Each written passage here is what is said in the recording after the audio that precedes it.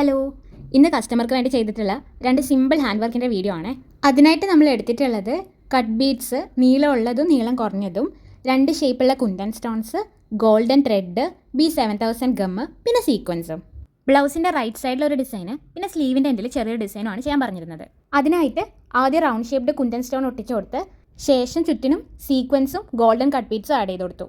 First round complete ചെയ്തതിന് ശേഷം next ഒരു റൗണ്ടും കൂടെ ചെയ്തു. 2 റൗണ്ട്സും കംപ്ലീറ്റ് ചെയ്തിട്ട് നീളമുള്ള കട്ട് ബീഡ്സ് വെച്ചിട്ട് അതിന് ചുറ്റിനും ഒരു കോൺ ഷേപ്ഡ് ഡിസൈനും കൂടി ക്രിയേറ്റ് ചെയ്തു. അങ്ങനെ ഒരു ഫ്ലവർ ഷേപ്പ് റെഡി ആയിട്ടുണ്ട്. ഇനി ചുറ്റിനും കുറച്ച് വള്ളി പോലെ വരച്ചു കൊടുക്കാം.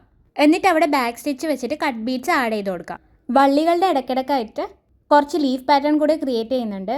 3 കട്ട് ബീഡ്സ് എടുത്തിട്ട് 3 ലെയറായി ഇത്തിരി ഹൈറ്റ് കൂട്ടി ചെയ്താൽ ലീഫ് പാറ്റേൺ റെഡിയാവും. ആ ഡിസൈൻ അപ്പം നമ്മൾ ഇങ്ങനെ കംപ്ലീറ്റ് ചെയ്തെടുത്തിട്ടുണ്ട്.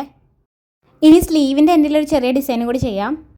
എൻഡിൽ ഒരു ലെയർ കുന്തൻ സ്റ്റോൺ ഒട്ടിച്ചിട്ട് അതിന് ചുറ്റും കട്ട് ബീഡ്സ് റൗണ്ട് ചെയ്ത് കൊടുക്കാം. അതെല്ലാത്തിലും ചെയ്തിട്ട് ഇനി ഒരു 6 ആക്ക് പാറ്റേൺ വെച്ച് ഒരു കണക്ഷനും കൂടി ആക്കി കൊടുക്കാം.